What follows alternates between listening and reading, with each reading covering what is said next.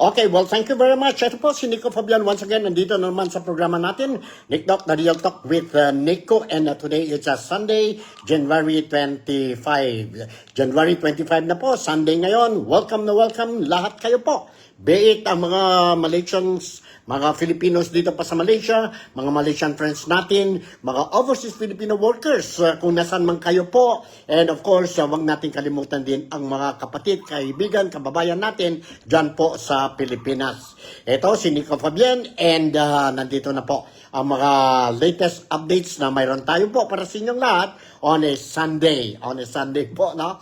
And bukas is a red day. Para sa akin po ay made it sure po na bukas, Monday, January 26 po, no? It's a very important day para sa akin, para sa inyo din po. Dahil bukas, mag-start na po, mag-resume na po ang session sa Kongreso po, no? Sa House of Representatives, and at the same time, dyan po officially, they will resume ang session dyan po sa Senado.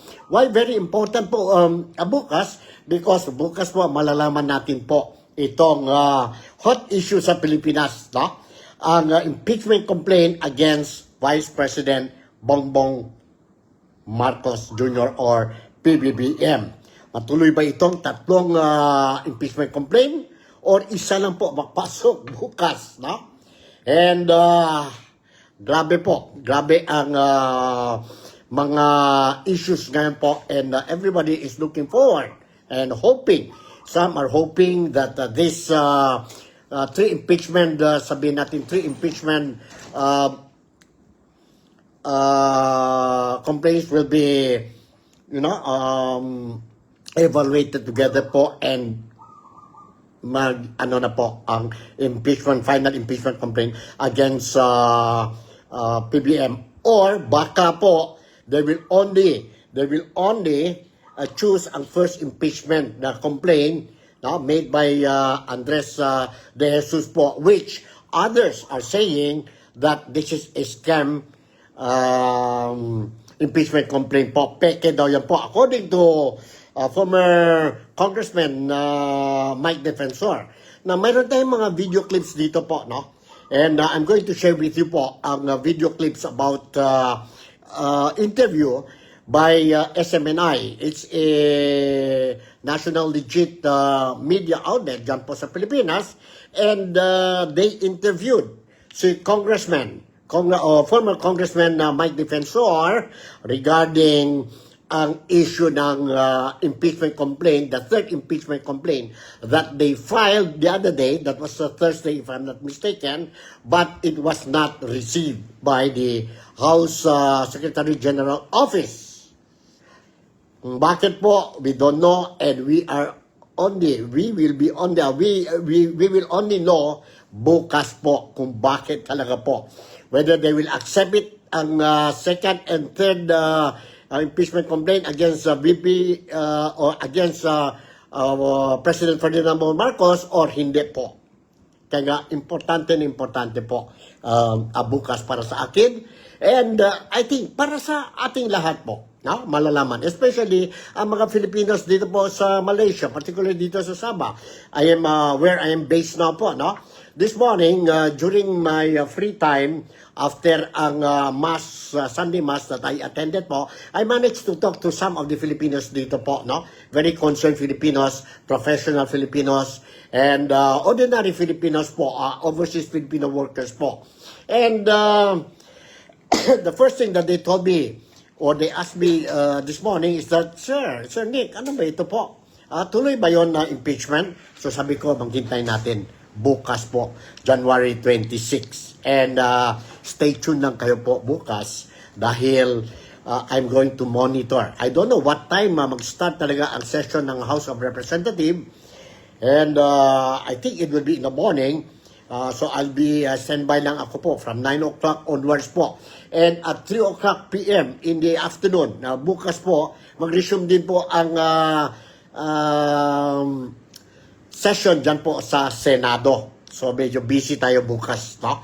The whole day I'll be in front of the TV monitoring ang mga live coverages po dyan po sa Senado at saka sa House of Representatives so that I will be able to give you ang mga latest updates po regarding ang political situation dyan po sa Pilipinas. Okay, for today, medyo late tayo nag-umpisa ngayon dahil medyo busy tayo and I'm trying to get some feedbacks from our Malaysian friends as well as from our fellow kababayan, kapatid and kaibigan natin dito po sa Sabah. And ito po ang the result, no? Na everybody is very anxious, eager to know na what will happen tomorrow. All right. So this is the issue that I'm going to touch today po. And the other issue that I'm going to touch po is ito. Dalawang issue lang tayo ngayon. I will not make it too long. And the second issue that I'm going to touch is I'm going to play a video clip. A video program by very known, respectable blogger din po dyan po sa social media. Ang title niya po ang General's View, no? General's View po. I will play with you. I will play that program ni General's View po. He's a general, retired general po. And I will play that po because he's touching on political issues also po, especially ang election 2028 po, no? And I'm referring more on, he referred more on the possibility, potential of DILG, Secretary, si John Vic Remulla, who is the younger brother of our incumbent ombudsman, si Crispin Boying Remulla po, no?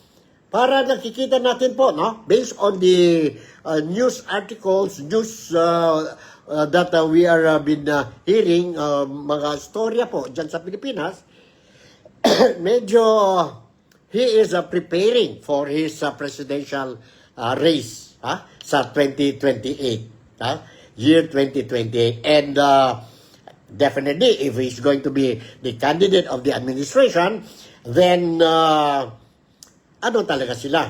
Si Inday Sara Duterte, which is ang Vice President ngayon. And if the election will be held today or tomorrow po, definitely, I don't know if you will agree with me, but based on surveys and all this news that we have been hearing, or I have been hearing po, if today or tomorrow is the election, presidential election po, I am very confident that the next president of the Philippines will be Inday Sara Duterte. But, hindi man po. Tomorrow will not be a presidential election, so we have to wait until 2028. But whether Inday Sara Duterte will be qualified to be a president, a presidential candidate sa 2028, depende din po. Kasi, narinig na natin po, mayroon mga anti-Inday Sara Duterte po, they are just waiting hanggang February 26. February 6 po, mag-expire ang 1 year ban, 1 year policy ban for impeachment of the Vice President po, no? Mag-expire na yun po. In other words, by February 26, by February 6, sorry po, no? Once it is expired, then pwede naman po mag-file another impeachment complaint against Inday Sara Duterte or ang Vice President natin po. So let's see po. February is another very crucial month for the politics in the Philippines. Alright. So umpisa na tayo. Umpisa na tayo po ang first topic natin tungkol bukas.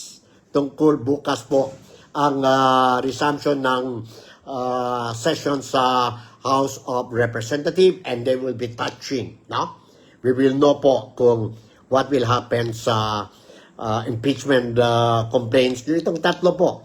The first one was filed last Monday by Andres De Jesus, which some people are saying it is a scam, it is a fake impeachment complaint dahil po, dahil ang hindi matibay ang impeachment complaint against Marcos, and some accordingly they allege that this is another political strategy, no, ng administration to put first ang impeachment complaint ni Andres De Jesus, and once it will already be there, no, sa House of Representatives po, it will trigger ang start ng one year of policy ruling po for impeachment. And dahil hindi itong malakas or hindi matibay po, now it will be technically be dropped. So if it will be technically be dropped, then it means ang second, third impeachment po, or wala na ibang impeachment po can be filed against BBM, they have to wait for another year, po.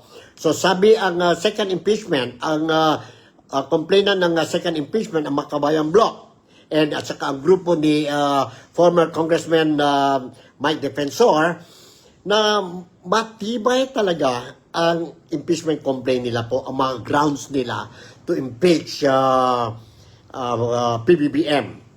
No? PBBM. That's why they really want na pasok itong impeachment nila.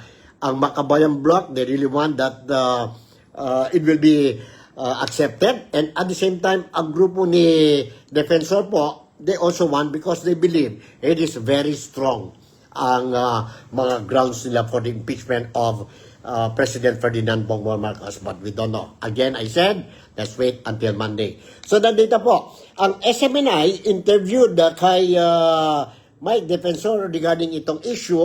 And let me share with you ang interview po, no, ni Mike Defensor regarding how he feels bukas po, what will happen bukas. This is an SMNI interview po. Let's watch and listen to this. Katulad ng sinabi mo, siyempre mag-uusap pa rin kami kung ano yung mga bagay na gagawin namin tungkol dito sa ginawa na hindi pagtanggap ng Office of the Secretary General ng House of Representatives. Alam mo, MJ, siyempre may kanya-kanyang opinion kasi. In particular, ako personal, sinabi ko na nga, ba't pa ako hahabol sa Lunes, ayaw na nga nilang tanggapin. Legal naman yan, constitutional, no? Nasa House Rules, na ministerial ang pagtanggap dapat ng Kongreso. Kaya nung sinasabi nung, siyempre yung mga ilang kasama, may kanya-kanyang opinion, sabi nung, hindi, mag-apply pa rin. In fact, ang Makabayan Group, I understand, mag-apply pa rin. Ang sabi ko, okay, naiintindihan ko, pero personal, medyo, kasi ako nga, ang feeling ko, the fact na ginawa nyo to sa amin, na binlock ninyo yung Makabayan, and binlock ninyo kami, na supposedly ministerial ha, hindi naman kailangan SecGen yun hindi naman kailangan deputy SecGen yun, yung opisina lang ang tumanggap ng reklamo at impeachment complaint. At i-refer nila sa Speaker's Office, no? Padala nila, patay sa ligang batas. Parang ang pakiramdam ko, hindi ako masyadong kumbinsido na may mangyayari pagka nag-apply kami sa Lunes. Bakit? Kailangan, katulad na sinabi ni Atty. Garcia, inuna na lang nila na-refer na yung unang impeachment case nandun na sa Speaker's Office. Pagdating ng Lunes, ilalagay na nila sa order of business yun. Pag-uusapan sa Committee on Rules, ilalagay na sa Committee on Justice. Yun ay first referral. So, yun lang ang aking pakiramdam. Ayokong sumama dun sa moro-moro. Ayokong sumama sa script nila. Na hindi, sasabihin nila, hindi. Ito na yung unang impeachment complaint at nahuli kayo. And to be clear about this, MJ Akbar, ang first day ng session based on the Constitution, sinasabi sa Ligang Batas, 10 working session days is only on Monday. Nagkataon lang talaga, nag-file kami before the resumption of the session. So ito, MJ, ang isang bagay na pag-usapan pa rin namin, magkakaroon kami ng desisyon, magkakaroon kami ng pagkakaisa kung ano ang hakbangin na aming gagawin. Opo, di ba ako? Alright, yan po, narinig natin po ang medyo alang-alang na po si Mike or former Congressman Mike Defensor po, bukas po, no? Because they did not accept, no? They did not accept ang documents, impeachment complaint documents po, which ang grupo ni Mike Defensor or former Congressman Mike Defensor po submitted the other day po, no? In fact, they are saying, based on the Constitution, on House ruling po, no? Diyan po sa House of Representatives, na ministerial lang po ang trabaho ng House Secretary General po, no? Asking some government offices or agencies po, kung may complaint po, ang government agencies po, they have to receive, no, ang complaints ng mga tao po, no? But they did not. Ang deputy ng ni Garfield, no, na did not accept ang dalawang impeachment na complaints yon sa Makabayan at saka ang grupo ni defensor po, dahil wala daw po physically, wala ang Secretary General si Garfield, nasa abroad sa Taiwan yata yun po, no? So that is the question now. Yung maggulo ngayon po, that's the issue. And there is a possibility, if we don't know what will happen tomorrow po, kung sakali it will not be accepted, then there is a possibility that itong two complaints, ang mga complainants ng dalawang two impeachment complaints, second and third po, they might bring it to the Supreme Court po for intervention, no? For intervention. So let's see po, no? Let's see what will happen. So ganito yan po. But ano ba, ang sabi naman ng grupo ni defensor, no? Na ang grounds nila of impeachment malakas talaga po, no? Malakas talaga. So let me share with you po, no, ang grounds ng impeachment ng grupo ni defensor. Nandito po, I will share with you again itong video clip which I played yesterday during my program regarding ang ito po, ang grounds, no? And it was mentioned, stated by no less than si Attorney Luna, Manny Luna po. Let's watch and listen to this po, ang grounds ng impeachment nila. Malakas daw ito po. Let's, once again, I will share with you itong video clip ni Attorney Manny Luna. To the impeachment complaint. First and foremost, gusto nating sabihin na ang aming complaint is a people's complaint for impeachment against President Ferdinand R. Marcos Jr. Ito po ay complaint ng Pilipino na naghihikahos. Pilipino na tinaya at pinagkait ng magandang kinabukasan. Pilipino na ninakawan ng pera. So the first ground namin is itong fiscal irresponsibility of the President. I would like to state the first ground.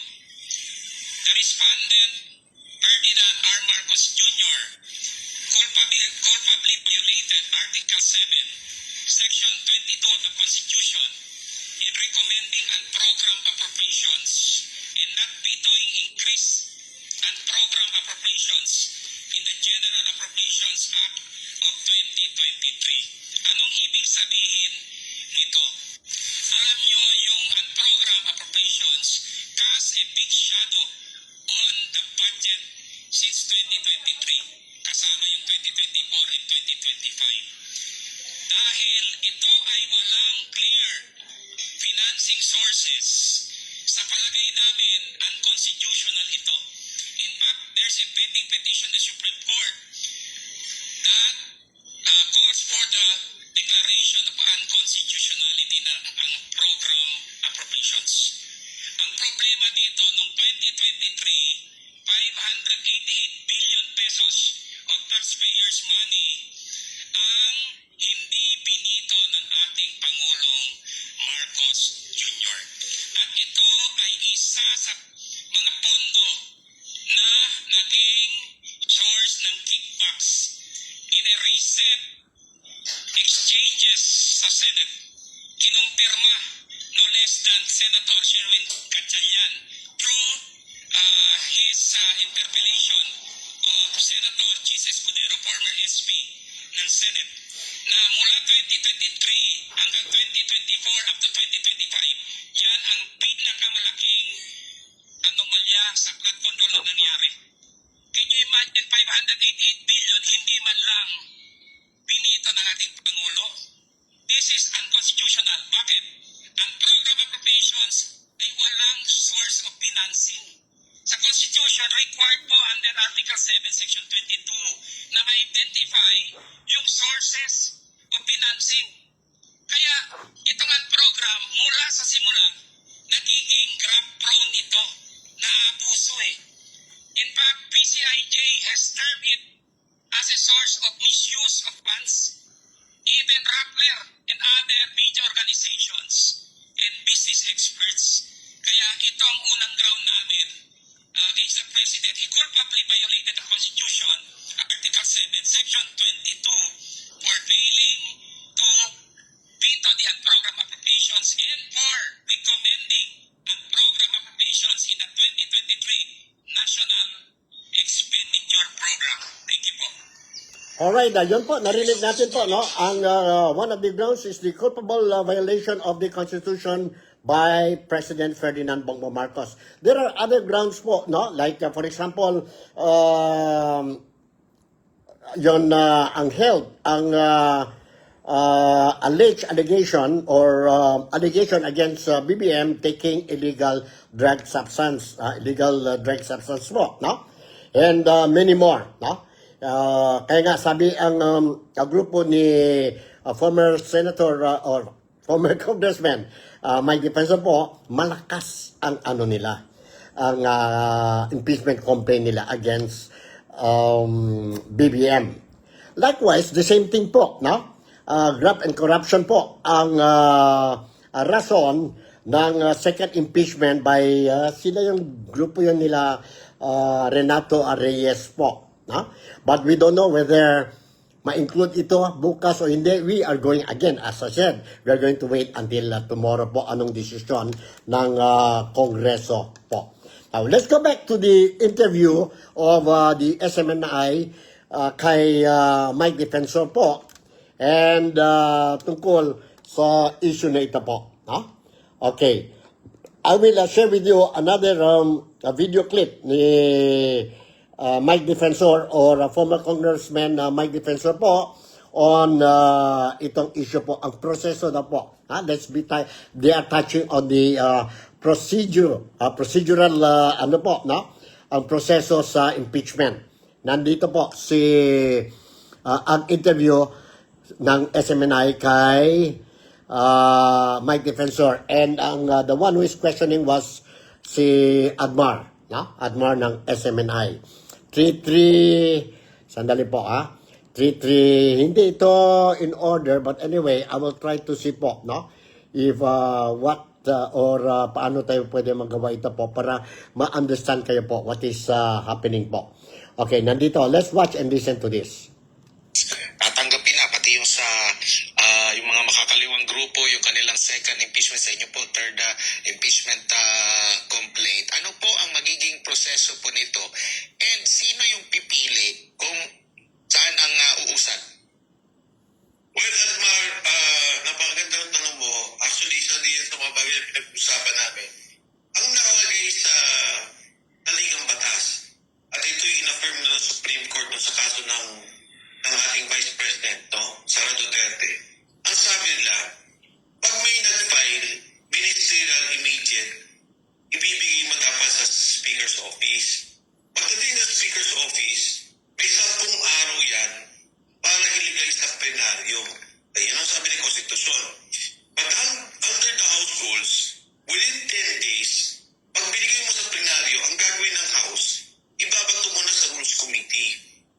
From the Rules Committee, i-agenda na naman nila yan, at pagkatapos, babalik sa plenaryo, at ang sabi na sa ligang batas, within 3 days, kailangan ibigay nyo sa Justice Committee. So, yung term na within, yun yung delikado ron. Kailan mangyayari? For example, tinanggap na ngayon yung, alam mo nung una, Admar and MJ, sinasabi ko, welcome lahat ng impeachment complaint ng yung una kay Atty. De Jesus, yung sa kay Makabayan, saka sa amin. Sabi ko, okay lang yan. Pagdating ng committee hearing, pag-usapan natin. jurisdiction ng Committee of Justice yan. O iti-take up pa yan one by one. So, parang din niyang batas na tinitingnan lahat ng mga proposal, tinitingnan lahat kung ano yung mga impeachment complaint, and then they will judge on basis of the form and substance. Ang mabigat dito, tinanggap yung unang impeachment, pinadala sa Speaker's Office, yung dalawang impeachment, dun pa lang sa pagpapareceive sa Secretary General's Office, hindi na nila ginawa. Doon ako na iba na ang aking pananaw. Ang aking pananaw ay yung unang impeachment ay isang kalokohan, isang scam, peke.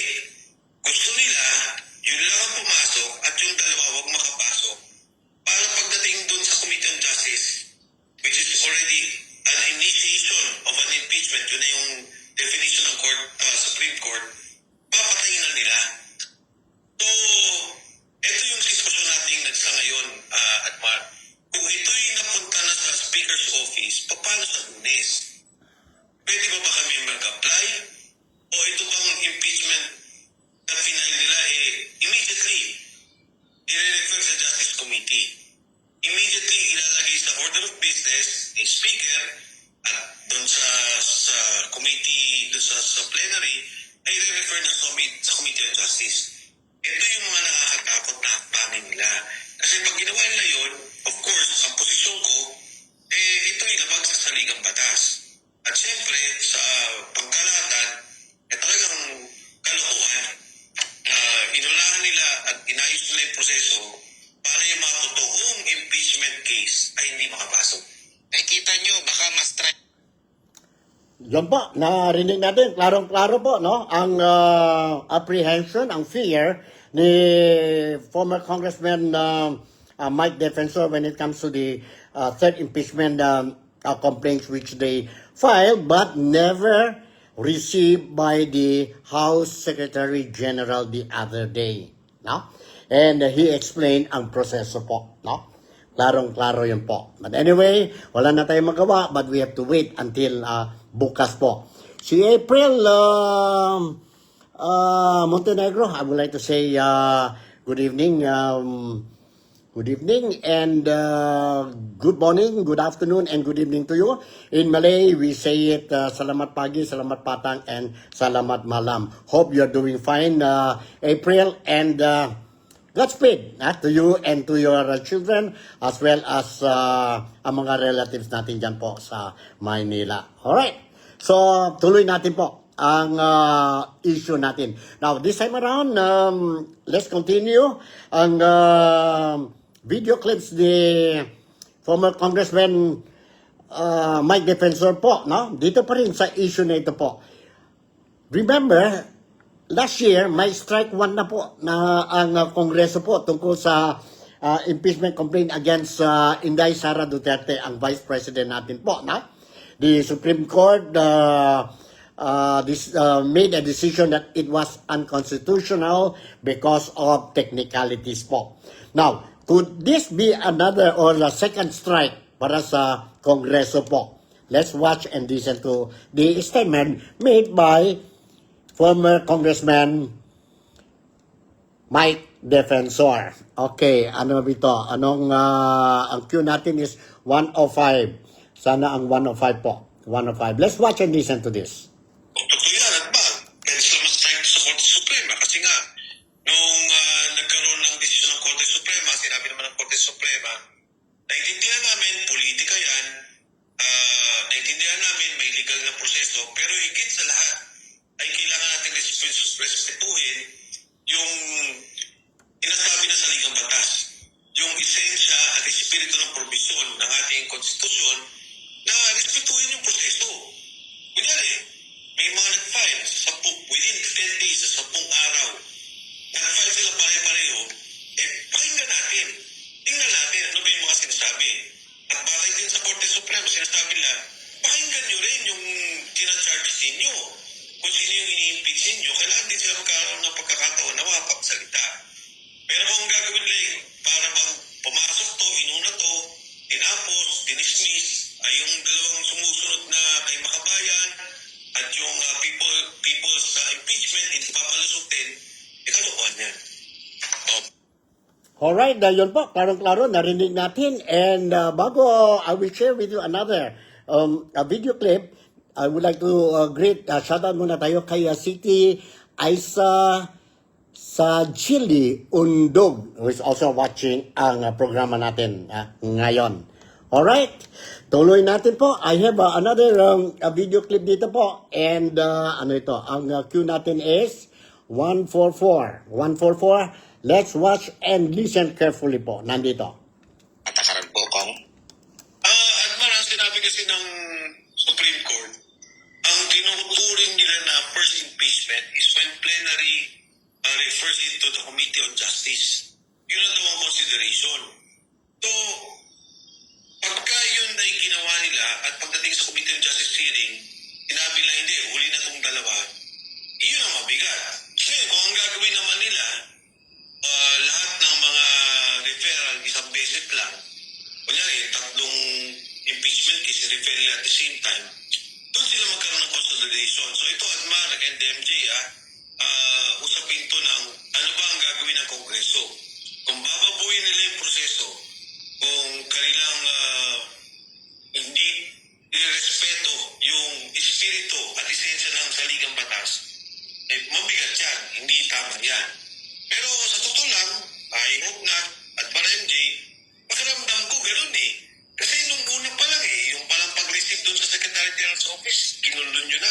Paano pa yung mismong referral to the committee and hearing sa committee? Hindi ko nakikita na. I hope I'm wrong, pero medyo masama ang pakiramdam ko dahil doon pa lang sa unang hakbangin ng hindi pagtanggap ng Secretary General's Office na ministerial.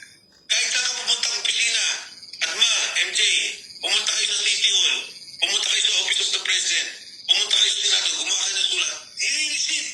May receive. Dito ko lang nakita sinabi, hindi kami pwedeng mag-receive. Ay, ganun ba?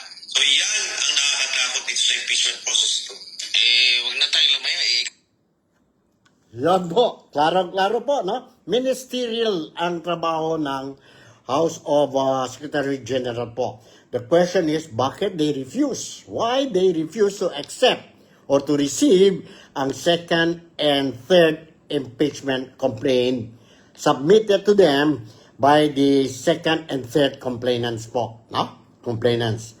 And as what I said, let's wait until tomorrow po. No? Kunting pasensya na naman tayo. Let's prolong our patience. Ganun talaga mga Filipinos. Kunting pasensya. And we will know the outcome tomorrow. Whether it will be positive, accepted or not, and paano ang reaction ng mga Filipinos po. No? Bukas yun po, malalaman natin. Okay, let's go to our next topic po. And this time around, we are talking, or I will be touching a little bit on itong blog program. No? Thank you very much. Maganda din ang mga issue ni General's View po. And it is for this reason, I decided to replay ang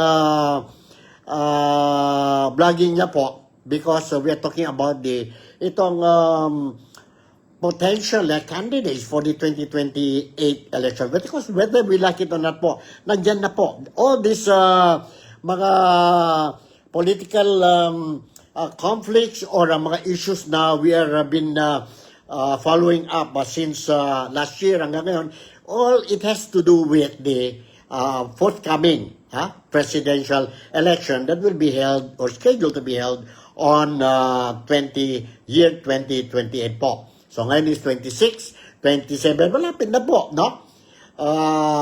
I think the presidential election will be scheduled on May 2028. So ibig sabihin, ngayon, 2026 and 27, ano na ito po? Whether we like it or not po, nandyan na po ang politika. Because siguro by October 2027 next year, no? Mag-file na ang certificate of candidacy ang mga politicians natin for the 2028 presidential election. So, okay, let's not delay. And let me share with you po ang video clip ni ang programa ni General's View po, no? Very popular din ito po. Social media vlogger, no? He is a retired general, and he, you know, a lot of people respect his program also po because he's doing it also po for charity purposes. No? Whatever funds he get from his blogging, he helps other people po, no? Other tribes. Nandito po, let's watch and listen. Hold on po. Magandang araw mga kaibigan. Bigyan natin ng reaction opinion itong post ni Umano. Isinare niya ang pahayag ni DILG Secretary John B. Cremulya. Ito ang pahayag ng DILG Secretary. I know what to do for the country. Alam ko ang problema ng Pilipinas. Alam ko kung paano ito solusyonan. Wow naman. Bakit niya sinabi yan? Interior and Local Government Secretary John B. Cremulya has acknowledged that the bid for the presidency is a possibility, saying he is considering the idea but has yet to make any concrete political moves. In an interview on Historicon on One News, Rimulya said he has not discussed the matter with any political party and remains undecided, stressing that his focus is still on weighing the option carefully. Sabi niya, I've been debating it. It's possible. Halata naman po, Secretary. Alam na namin, kakandidato ka. I know what to do for the country. Yan ang very confident. Alam ko kung paano patakbuhin ang Pilipinas. I know what levers there are to make the country better. Alam ko paano. My experience at the DILG has really honed my skill for running this, Rimulya said. Wow. Nakakatuwa po ang kanyang statement. The other day, sabi niya, wala nang korupsyon, wala nang sindikato sa PNP. Wow naman, sana totoo. Paano yung bali-balita? Naman ito. So, kinonfirm pala ni General Torre na gustong papirmahan sa kanya yung 8 billion worth of PNP firearms. Gustong pabili. Hindi niya pinirmahan. Kaya, yung speculation, ang totoong dahilan kung bakit na-relieve si General Torre as PNP chief dahil hindi siya sumunod sa kagustuhan nabibili ng DILG supervision yan overpriced sabi ni General Torre at saka hindi kailangan. Kaya doon maraming bumilib kay General Torre. May prinsipyo siya sa ginawa niya ngayon na hindi siya sumunod sa pagpili ng ilang yung 80,000 firearms ba yun? Sobrang mahal. Tapos sabihin, wala nang korupsyon sa PNP. Tapos pinagmamalaki niya sa Bureau of Fire Protection, lilinisin ko rin yan. Kaya nagsampa na ba ng kaso laban sa mga top officials ng Bureau of Fire Protection. So, maraming press-con ngayon ni DILG, kung hindi man press-con, interview. Halos araw-araw may pahayag siya sa social, hindi lang sa social media, mainstream media, pinag-uusapan siya. Sabi pa nga niya, handa daw niyang sunduin si Saldico doon sa Portugal at dadalhin sa Pilipinas. Wow naman, ano pa? Yung binabati ko siya, yung sinamahan niya mismo si ex-secretary, Senator Bong Revilla sa Sandigan Bayan. Na sinasabi ng iba, hindi naman trabaho ng DILG secretary yan. Sasamahan mo pa sa So nagpapapansin. indication na gustong-gusto niya talagang makita siya ng taong bayan, nagtatrabaho. Nung mga rally sa Marcos Resign Rally, di ba? Nakaganong siya. Parang hindi matibay na pader. Kaya maraming bumabati ko sa kanya. So, sige, good luck po, Secretary Remulla. Alam niyo naman kaya paano, I can make this country better. Wow, naman. Ang tanong, ano yung winnability ni Secretary Remulla? Maalala ko yung pinaka-latest survey ng WR numero. Kung hindi ako nagkakamali, 0.7% ang rating niya. Halos parehas sila ni former Speaker Martin Romualdez. 1.7 ata si Romualdez. Itong last. May mga nababasa rin akong post na itutuloy din daw ni dating Speaker Romualdez ang pagkandidatong Pangulo. Kahit kaliwat kanan na ang kanyang mga negative na. So, sino ba talaga ang magiging kandidato ng administrasyon? So, dalawa lang yan. Pinagpipilihan lang Romualdez o John B. Remulla. At kung walang magbabago, parehas lang takbo ng Remulla, tingin ko. Kasi sa ngayon parang tinututuhanan na nila na idiin si Speaker Romualdez. Kaya yung Blue Ribbon Committee hearing nahinto na eh. Magre-render na sana sila ng final report. Biglang bumalik ang Blue Ribbon Committee hearing at ang sinisentro na ng hearing nila, ito na si Romualdez.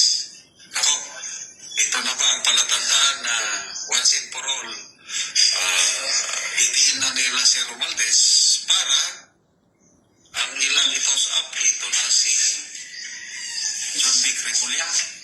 Yan ang mga nakikita ko. Kailan, kahit Romualdez, Remulla, sino pa yan, Tulfo. So, baka lalabas, maging independent candidate si Romualdez eh. Ang standard bearer ng administration will be Remulla. So, dalawa na. Si Senator Tulfo, magiging independent candidate din yan.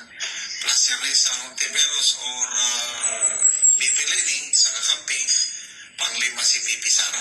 Nako, the more candidates, the better. Mas madaling manalo si Pipi Sara. Kaya, mga candidates, kunting tiis na lang. Another Duterte, by God's grace, makakabalik na mga kanya. Alright, yan po. Speculations lang yan, ha? Remember, it's just a speculation po, no? Wala pa mo official announcement kung sino-sino po will be the candidate for the post of the president come 2028 po, no? But anyway, I would like to say thank you very much, General's View, for making this topic your content po, because it will help also ang mga Filipinos, mga kababayan, kapatid, kaibigan namin or natin dito po sa Malaysia, particularly sa Kota Kinabalu, is an additional knowledge para sa amin po, no? Because whether we like it or not po, we are all Filipinos and we are also concerned about what is happening dyan po sa Pilipinas, especially dyan po sa upcoming presidential election come 2028 po, no? So, yun po ang two topics that I am touching today, Sunday, January 25 na po, malapit na ang sweldo natin, no? So, siguro, hanggang dito na lang ang, ang programa natin for today, Sunday po. But anyway, siguro, I can still share with you isang, isang news, dyan po sa Pilipinas. Ngayon ito po sa Pilipinas lumabas, regarding, I suppose, mayroon din mga kaibigan natin, kapatid, kaibigan, kababayan natin po. Not only dito sa Malaysia, basta also ang mga overseas Filipino workers natin po sa iba-ibang parte ng mundo, as well as ang mga kapatid, kaibigan natin at kababayan natin dyan po sa Pilipinas would like to hear also about kay Tatay Digong. Mayroon akong dito po news article coming from ABS-CBN, a legit media outlet ito sa Pilipinas, and the story goes this way po. Ang title nila po or heading nila is Duterte Defense Team insists ICC cannot probe Philippine after withdrawal in 2029. Alright? Nandito po. Let me share with you this news article. The legal defense team of former President Rodrigo Roa Duterte have argued that the tribunal has no authority to investigate alleged crimes in the Philippines after the country's withdrawal from the Rome Statute took effect in 2020 or 2019. In a finding dated January 23, 2026, the defense led by Attorney Nicholas Kaufman said that the Rome Statute is clear, stating that a state must be a party to the treaty at the time the court decides to exercise jurisdiction. Either a state is or is not a party to the Rome Statute at the time that jurisdiction is to be exercised and an investigation initiated. The submission stress. The defense rejected the prosecutor's statement that a preliminary examination before the withdrawal was enough to trigger jurisdiction. It said that only a formal investigation authorized by the ICC or International Criminal Court's pre-trial chamber can meet the requirements of Article 13C. Alright? The chamber gave that authorization in September 2021, 2 years after the Philippines had already left the treaty. Calling the prosecution's arguments opportunistic, and the defense said the prosecutor had previously acknowledged that the states are only notified once an investigation is formally authorized. To permit a mere preliminary examination to trigger the court's exercise of jurisdiction would fly in the face of such cautionary intent, the filing noted. Alright. Yan po ang latest updates. Mayroon tayo tungkol sa notisya, ang article or updates tungkol kay Tatay Digong. Si Jose Maria Salva Juar, I'm sorry, paano ba ito? I cannot really, maliit ang ang letter. Si Jose Marie Zalba Juar Rique, no? Is also watching. Thank you very much for watching, and stay tuned lang kayo po dito sa Nick Talk, the Real Talk with Nico. Dahil I will make sure po na every day I will monitor ang situation dyan po sa Pilipinas, be it the political, economical, economy, or peace and order po, kung ano mga updates dyan po, and kailangan ang mga Filipinos dito sa Malaysia to be informed, and of course ang mga kababayan, kaibigan natin at kapatid natin sa iba-ibang parte ng mundo, mga overseas Filipino workers, I will make sure po that you will be informed po. I might not be able to give you the breaking news, but definitely I will give you the news. Still, hindi na masabihin natin breaking news, but still fresh po. So with this, ito po, si Nico Fabian once again would like to say thank you very much for making me a part of your day today. I hope po itong weekend natin po, kahapon, Saturday and Sunday po, is a fruitful and sabihin natin problem-free weekend para sa ating lahat. And let's look forward for another exciting and interesting week po ahead of us that will start tomorrow, Monday po. No? And sana lang po, it will be I hope that the week will be a problem-free week for all of us. So once again, Nico would like to say, Sabah, Malaysia, and the Philippines, God bless us all. I'll see you in my next episode. Bye. Take good care of yourself, and I love you all.